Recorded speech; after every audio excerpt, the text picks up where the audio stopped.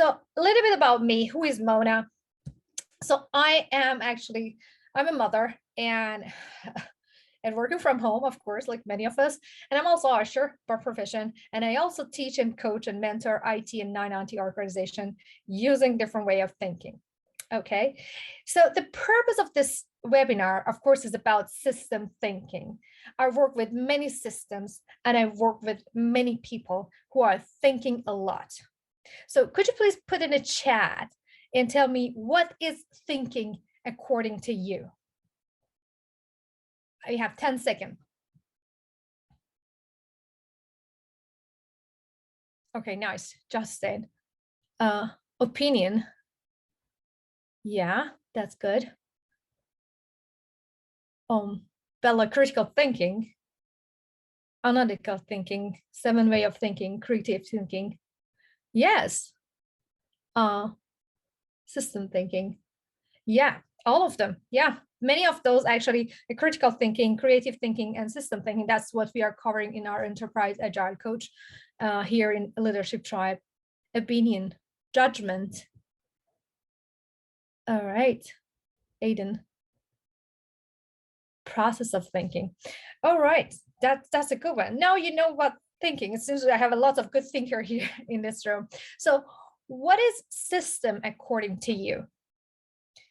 And I make your life a little bit easier. I put like a 4 answer. Is it wedding, marriage as a system? Is a human body is a system?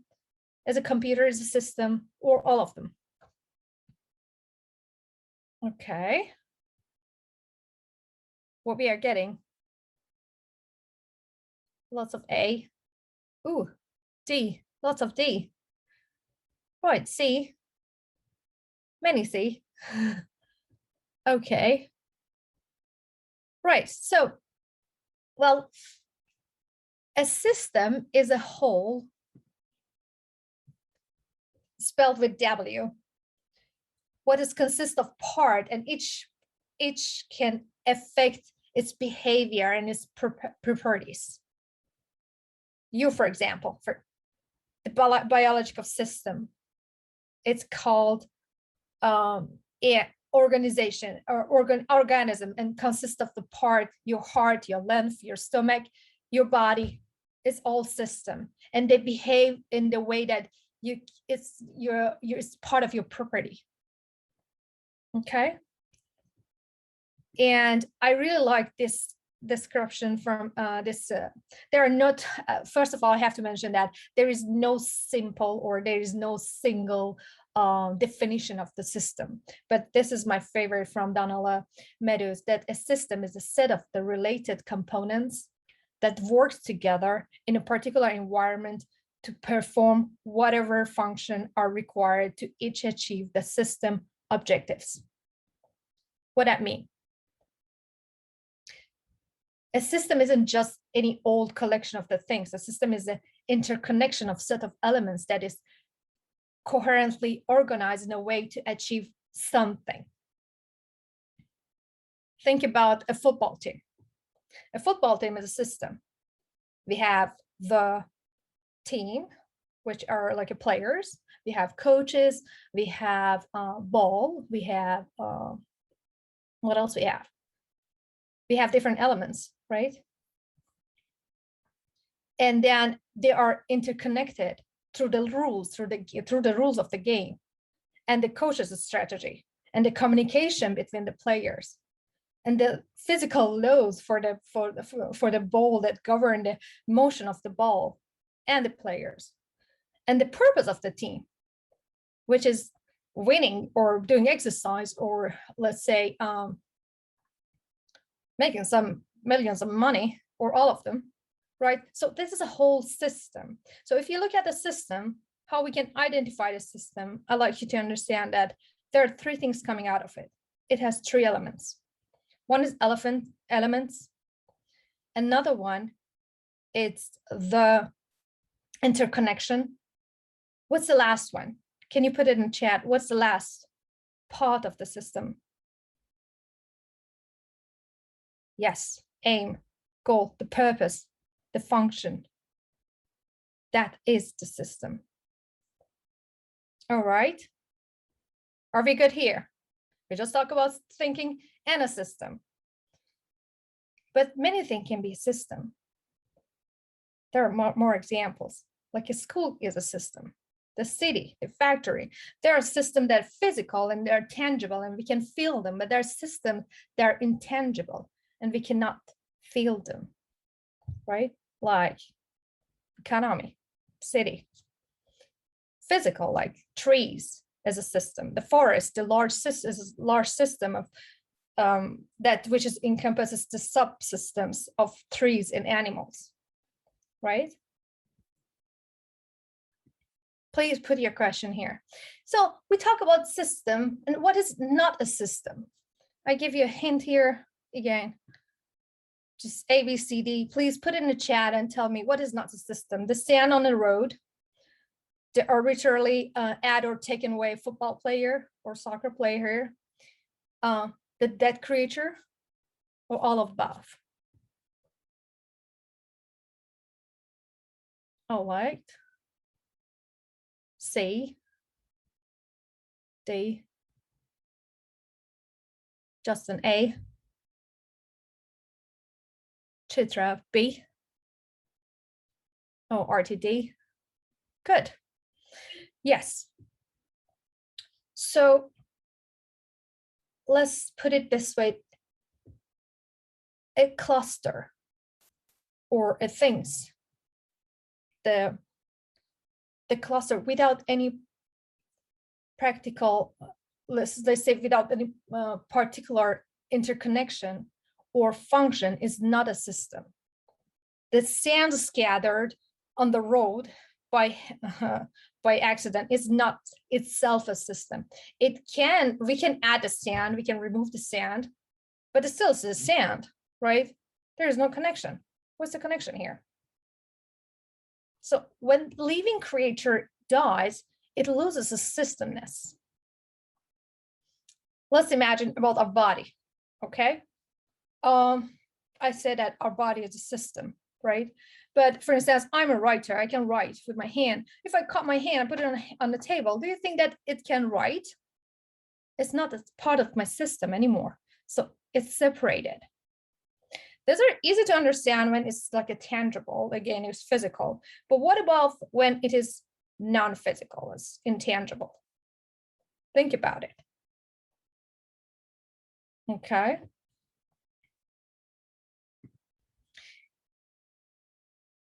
We talk about, again, system thinking. And now let's see that where the system is existed in the word and how our word is looked like with all of this system. Let's take a step back. We live in a world that everything is changing continuously. What is true today, tomorrow is not, right? What is awesome? Okay, the technology is perfect today. Tomorrow is not. Like I'm so disappointed in my phone now already. And the things is not based, everything is not simple and based on just cause and effect. Now there are complexity all around us, right? And there are many things that's ambiguous. We don't know what is good, what is bad anymore.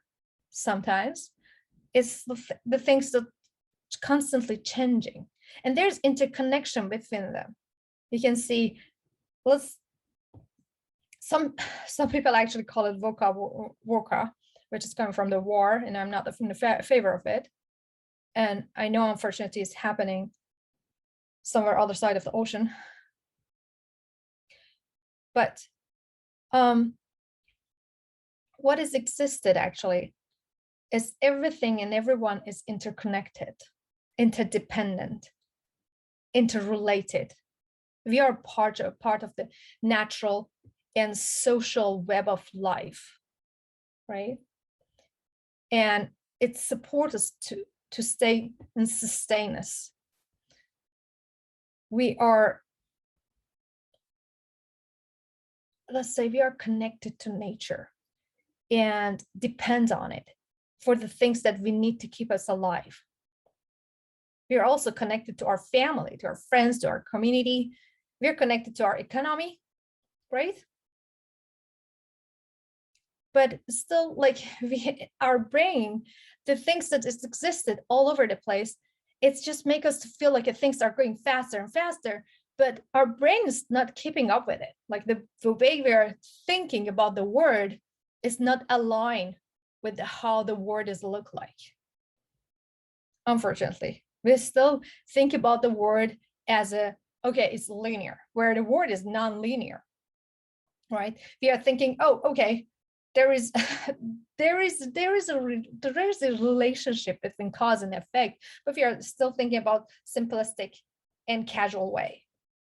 We are thinking we are still center of the word. Okay, we are human, everything's turning around us, which is not, and we know that. The word is more adaptive and organic, yet we think that, okay, it's more mechanic, or the things are happening through the networked, like the word is networked and complex with the sprinkles of randomness, yet we think that it's ordered and static and categorized. There's a hierarchy. So our thinking is biased in a way that we don't match up with the way that the word actually is working, right? So here's the gap.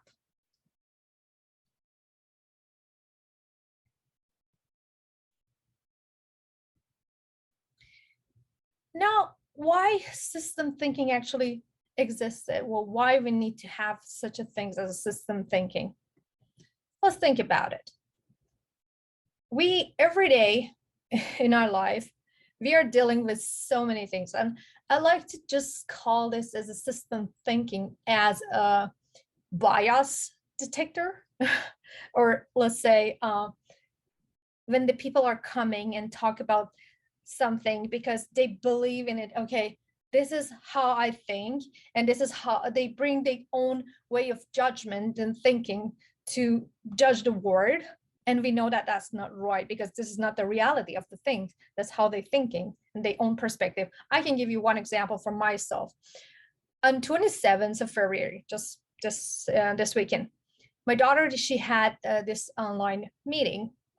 It was first time. I find this organization through the Instagram, of course, and there was like a training for her. And at 10:30, we were ready in front of the computer. Okay, let's do this, and we are going to do like a first interview. They were supposed to have some demo and so on. And so 10:34, no one showed up, and I was so mad because like, hey, we are waiting and nothing is happening here. What's going on? And I actually 10:38, I sent an email to them and say, hey, is it like a serious website or what you are doing? And they told me, oh, you have an appointment tomorrow. I was like, oh, I'm so sorry. Because I went with my own bias. I was thinking, oh, they are late, and I put the blame on them, not on me. I didn't check my calendar twice. I could come to my computer and just see, oh, what's going on? I check on my phone and say, oh, okay, I have an appointment today, and they were not ready, so they are not good. I cannot trust them. But that was my bias, and I understand, oh, I made a bad decision. I judged them in the wrong way, right? I could just shift up my, I don't know, eyes and come to my computer and understand. And sometimes that little shift can help us to understand the word a little bit better and have a better judgment. The other things also is BS.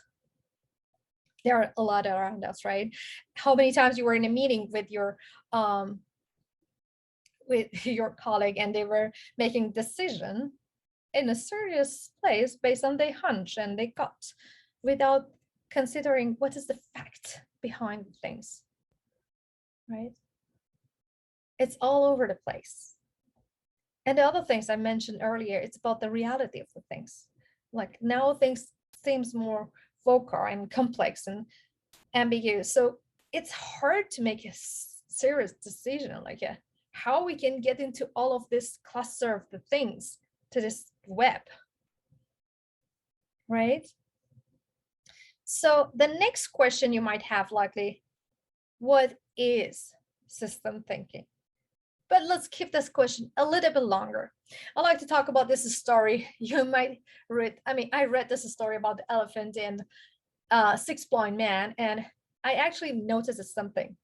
Like everybody is talking about this Six Blind Man and the judgment and so on, but nobody talks about the elephant.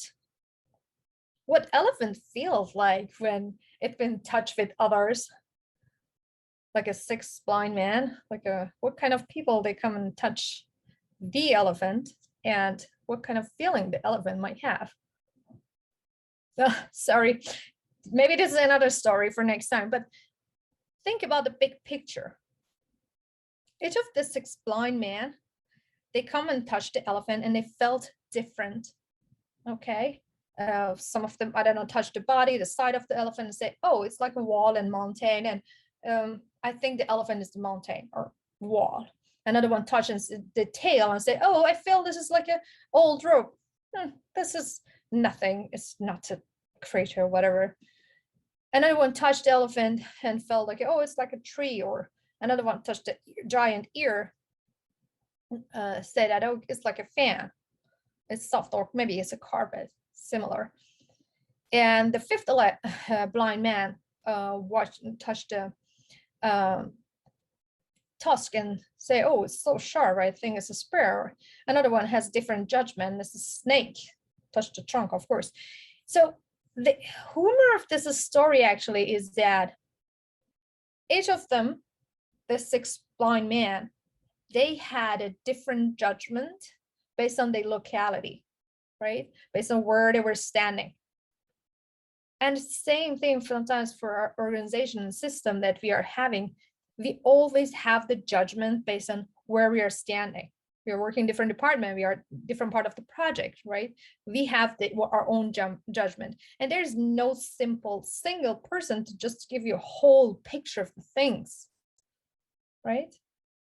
To put it together. So that's the humor of the story. Actually, when they started to do this big argument around this, oh, elephant is like that and elephant like this, and if we know that's happened often in our organization, the Raja or the person was there and say, hey, stop there and sit down and put everything together and see what elephants look like, because elephant is a giant animal. It's nothing look like what you're describing. But again, there is something very important. Imagine when they put it together, what they see and what they felt. Was it elephant?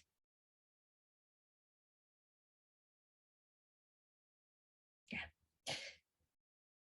Here's the thing. I can see some people are, yeah, putting yes, no, whatever. A system is not the sum of its part. It's the product of its interaction. Do you understand? That's a very simple lesson, actually, we can get from this old Sophie story. But one of the things we often ignore is the behavior of the system.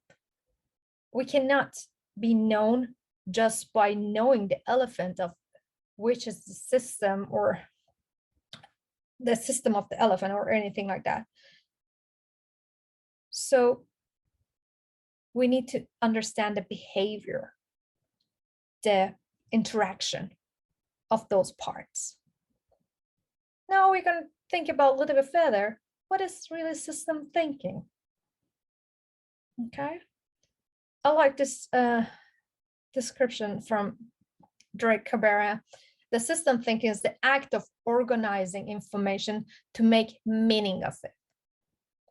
In other words, building mental model of the things that we experience in everyday life.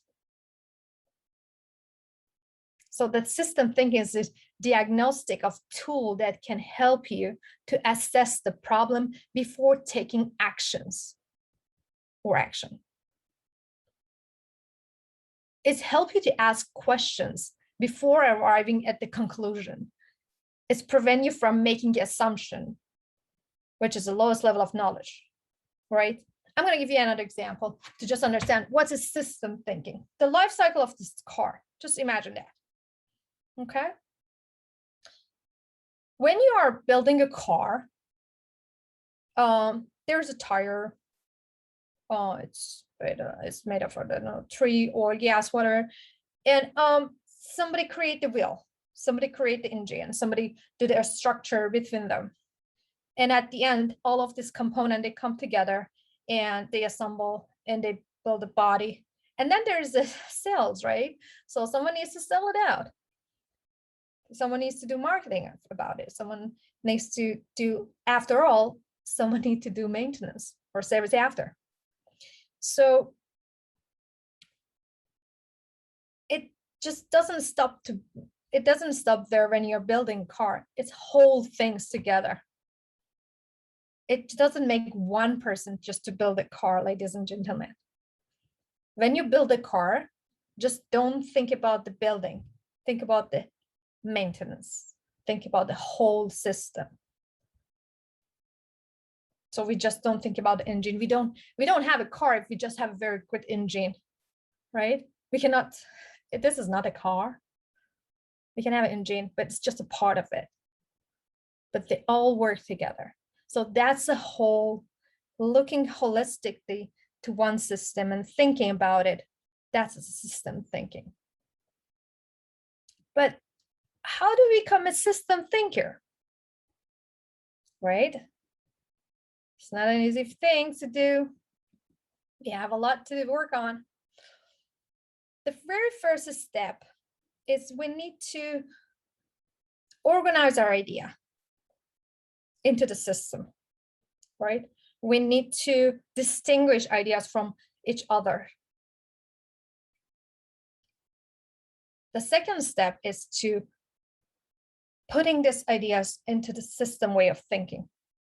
And then when we create that system, or we have this system lens in front of us, we need to go a little bit further and think about the relationship between the different part of the system.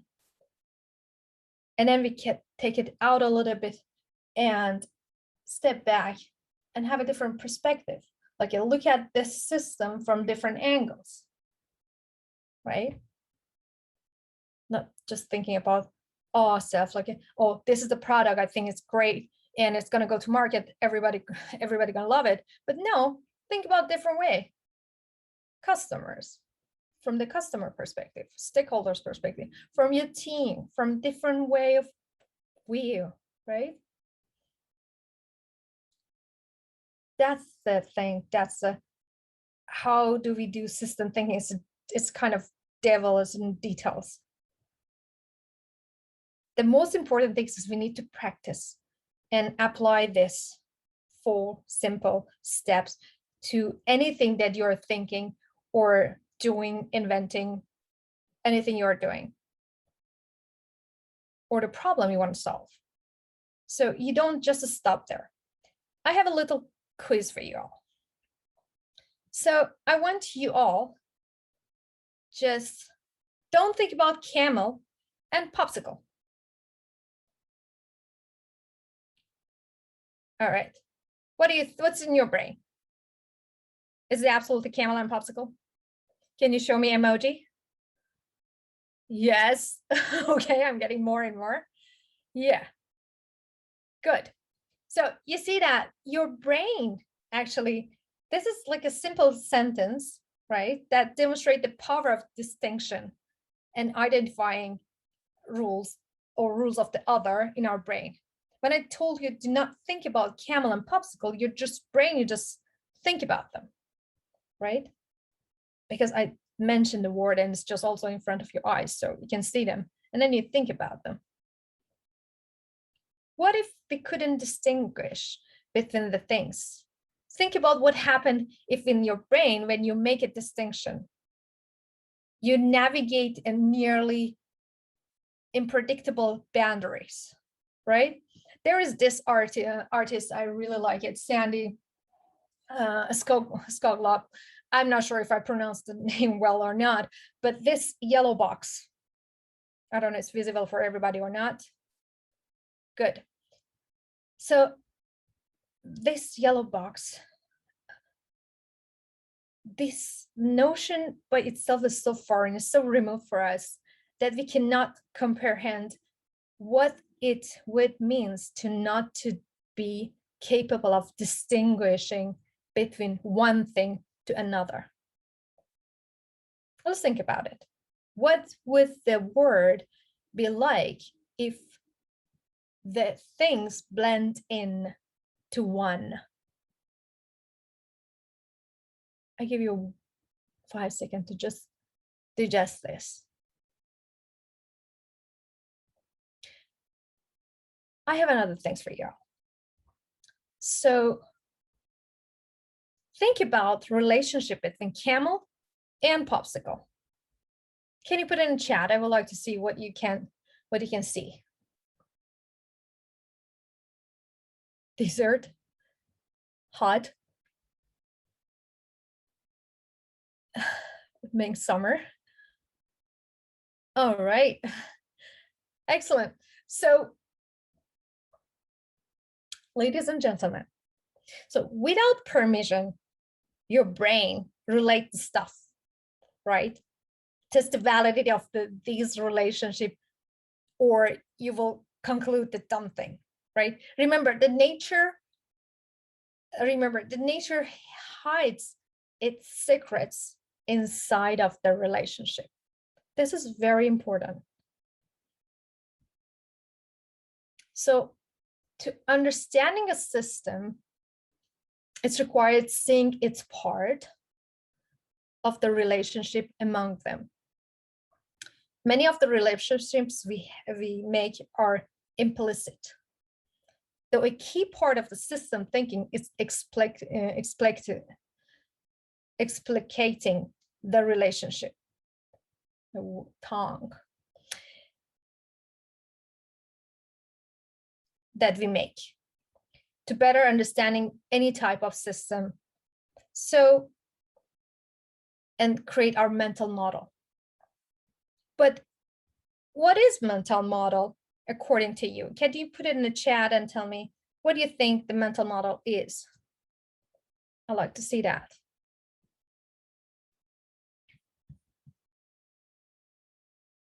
Okay.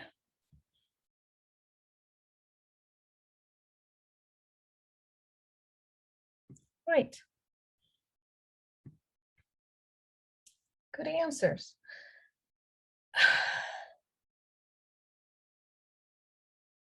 Let's think about that. A mental model is simply its representation of how the things works.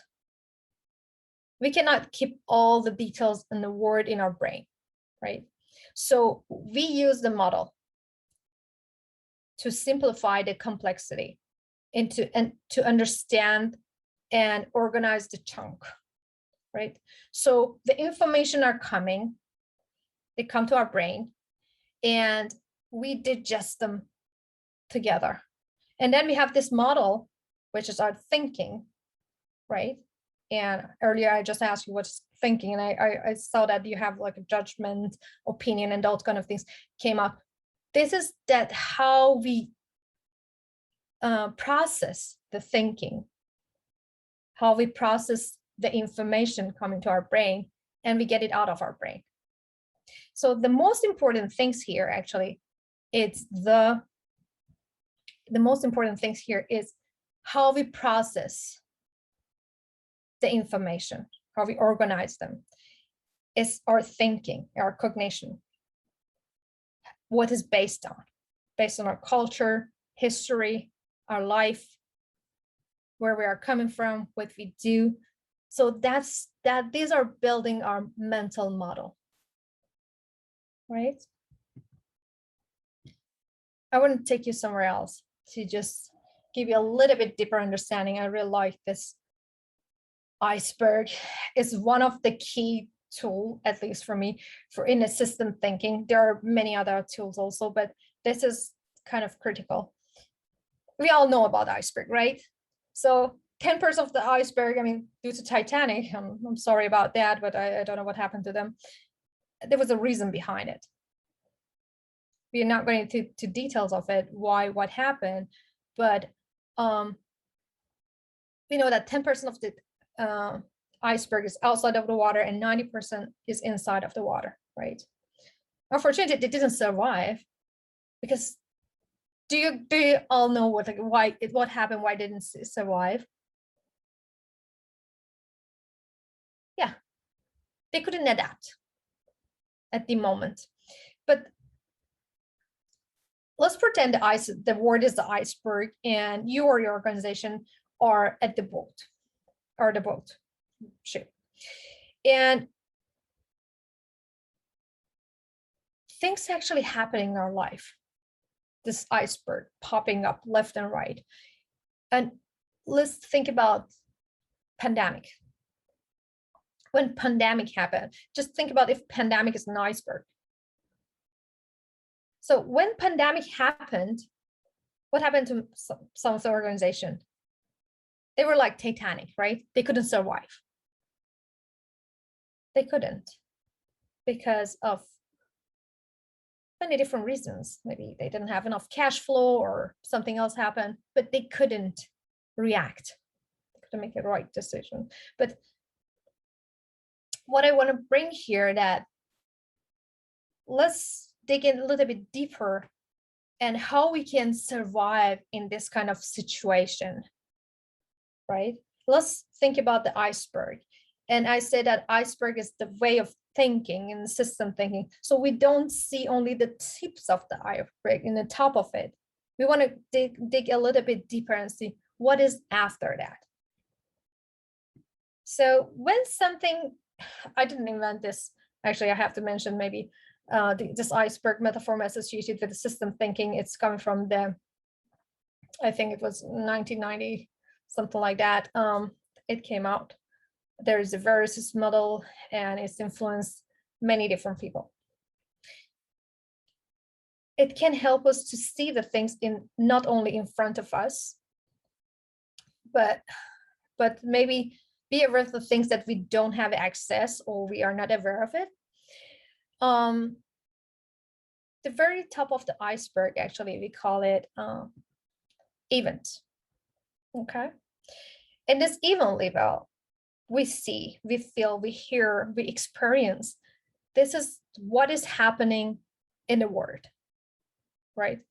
For example, let's say today, waking up today at getting out of the bed, having breakfast, coffee, tea, whatever, taking a shower, getting ready, go to work, or like me, coming to your desk.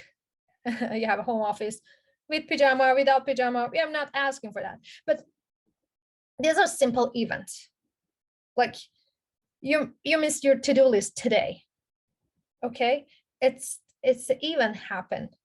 The event can be single things happen just one time, or it can happen several times. But I'm going to dig a little bit later about this. But when events happen, normally what we do, we react to it, right? But what is behind this reaction? What if there is a pattern behind it?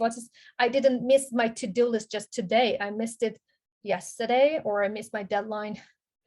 This is the deadline today, and another one, I don't know, the last 2 weeks, and again another last week. What if there's a pattern and it's happened often and often and often? So we need to dig deeper and understand that, okay, if there's a pattern behind them, right? The seeing patterns allow us to make a predictable decision. Let's put it this way. When we understand what's the pattern behind them, it's also give us time to think about what is underneath of the situation and choose the different action instead of just unconscious reaction. Instead of just react in the first place, I'm not telling you to do not react. Sometimes react is necessary, even if it's happening again, because we need to stop it. But instead of just firefighting and moving through the things that's happening on daily life, what if we can make a link between them? And it's a pattern. Oh, like in the organization, okay, we didn't deliver early. Instead of just hiring new offshore team or new, I don't know, contractor, new people, just see that, okay, is it just one time happen, or it just happened over and over again?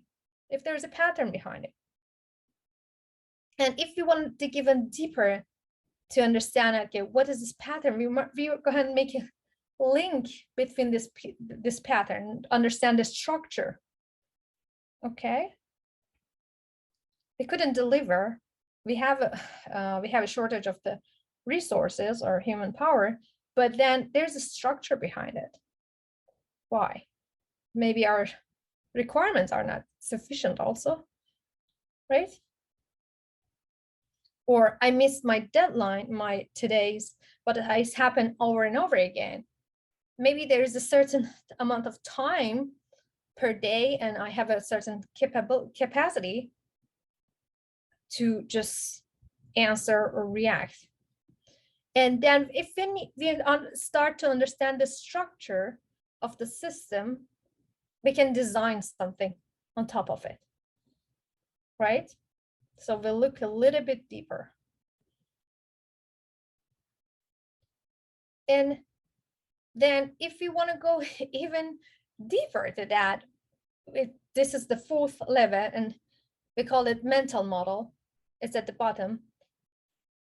It's deeply held our assumptions, our belief, our values, cultures, expectation, which are shaping our system. Some people, they call it like stakeholder level in the organization, or even if you're applying for the team, it can be the culture of the team, right?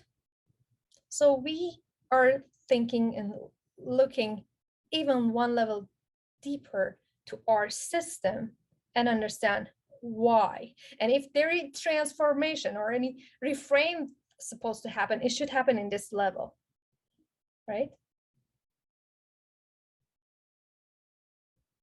So next time you experience something firsthand, especially something frustrating, remember the iceberg and take a step back and ask yourself these questions like, is it one-time event or is a pattern behind it? Is there structure to this pattern? And can I challenge my mental model of this structure? Okay. Now, I have another question for you. How can we improve the alignment between our thinking and the reality of the thing? Put it in chat window, please. How can we improve the alignment between the thing?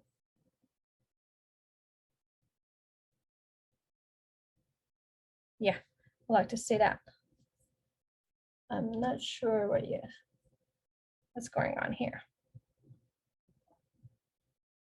So we should know that we don't need a degree or PhD to be able to become a system thinker or applying a system thinking. The most important things in system thinking is the thinking and the mindset, even without using a lot of sophisticated tool. So we don't need a lot of tools for that. It can be us. We can use our whatever, paper, pen. You can use your simple board and start mapping out.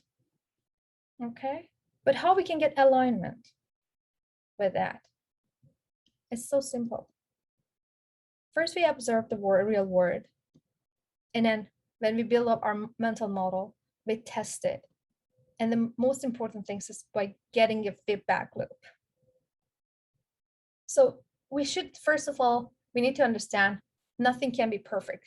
We are not going to be the best. There is no such a thing like the truth. We are working toward the way that we can make things better and better, less error and less error. That's what we focus on. So the feedback loop can help us to just move around, right? And get more and more aligned with our system and make a better decision because they're more aligned with the reality of the things. So the feedback loop also showing us the process of learning and improving our thinking. It relies on listening. That's where we discuss actually in our IC Agile coaching different level of listening and how we can improve that. Okay. Are you with me? Good.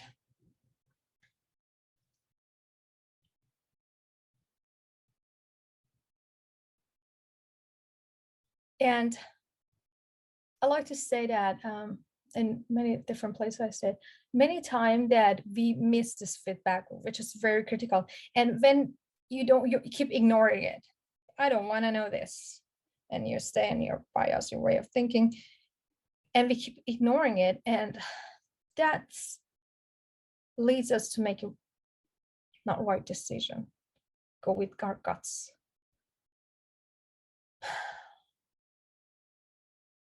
And do not understand the reality of the things. Do not meet our goals or have a difficulty in our relationships or anything. What I would like you all to be aware of that everything we experience is a mental model that approximately a reality is not a reality. Okay, it can be very close to reality, but it's not a reality of the thing. But system thinking helping us to become even closer to the reality of the thing we might experiencing. It's the way that we think. It's because the way that we think, maybe it might not be quite the way that it actually is. So remember that sometimes our motivation, our emotion can influence also our thinking, right? And put different part. And I like to call it like kind of fuzzy way of thinking or fuzzy part together, which are not real. So we need to pop them up, those bubbles, and clean our brain sometimes. This is when you also recognize the thought of the others also influence you and your perspective. And it can happen often, right?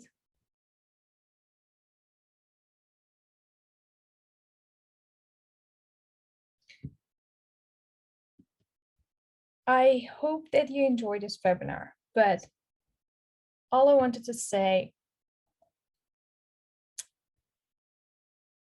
if you want to become a better system thinker, you need to ask yourself this 4 or 5 questions. Like, what am I choosing to see or not to see? How are these things are organized into part or whole grouping? Is there any pattern between them? There's relationship between them, how they're related. And from what or whose perspective. So that was it from me. Hope you enjoyed this webinar. Thank you very much for being part of this webinar and participating. Take care of yourself and have a great weekend.